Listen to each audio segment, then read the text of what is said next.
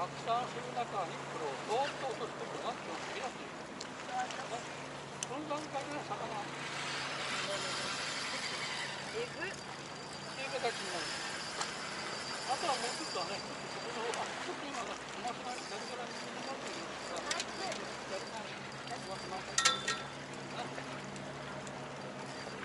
あとはね、ちょっと赤い森が見えなくなるぐらいだったら始めてもらって、見えたらいいね。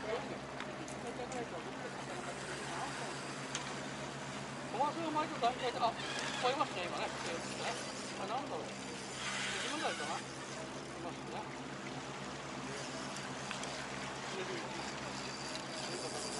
今、魚が釣れたんです。あんたりくるくるくるくる巻いてもらうんですよ。皆さん、ちょっと魚にかかって固定されてるんで、思いっきりますと、顔でこう、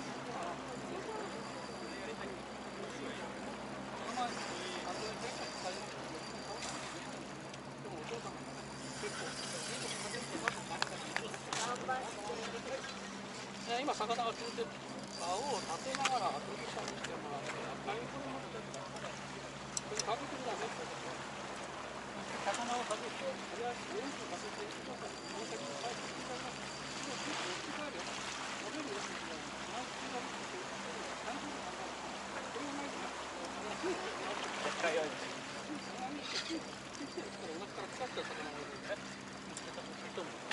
危険な魚説明あったかと思うんですが、危険な魚、わかんない魚。すみません。もうお願いしてもいいですか。どこ？お願いします。じゃあ今上げて写真撮りたい。頑張って。頑張ってパパ。頑張って。頑張って。入ったー。ナイス。やりましたね。もうちなみに写真撮りたいんですけど。だからずっと切られた。切られてたんだよ。2、3個。